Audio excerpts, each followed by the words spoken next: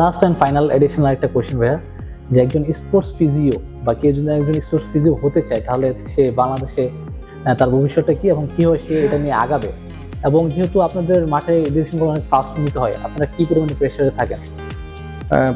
প্রথমত হচ্ছে যে স্পোর্টস ফিজিওথেরাপিস্ট হতে হলে আপনাকে অবশ্যই ফিজিওথেরাপিতে ব্যাচেলর থাকতে হবে, অর্থাৎ 5 বছরের ব্যাচেলর কোর্স থাকতে হবে, ব্যাচেলর ইন ফিজিওথেরাপি, এটা ওয়ার্ল্ড ওয়াইড রিকগনাইজড।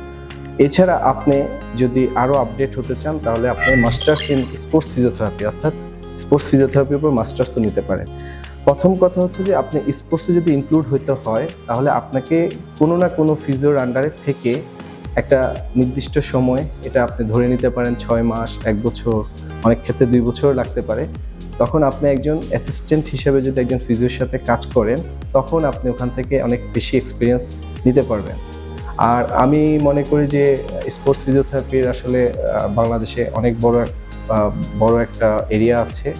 যারা ইন্টারেস্টেড অবশ্যই তারা ফিজিওথেরাপিতে অনার্স মাস্টার্স করে আসলে তারা যদি ইন্টারেস্টেড হয়, মানে আমাদের মোটামুটি সবগুলো সেক্টরে, ফুটবল, ক্রিকেট, ভলিবল, এছাড়া হকি, সবগুলো সেক্টরে কিন্তু এখন স্পোর্টসের প্রতি সরকারও সজাগ এবং ওখানে অনেক বেশি আপনার স্পন্সর থেকে শুরু করে সব পৃষ্ঠপোষকতা অনেক ভালো আছে। তো এই ক্ষেত্রে আমি মনে করি এটা একটা বিশাল সম্ভাবনার জায়গা এবং এখানে স্পোর্টস ফিজিওথেরাপিতে একটা সুন্দর ভবিষ্যৎ আছে।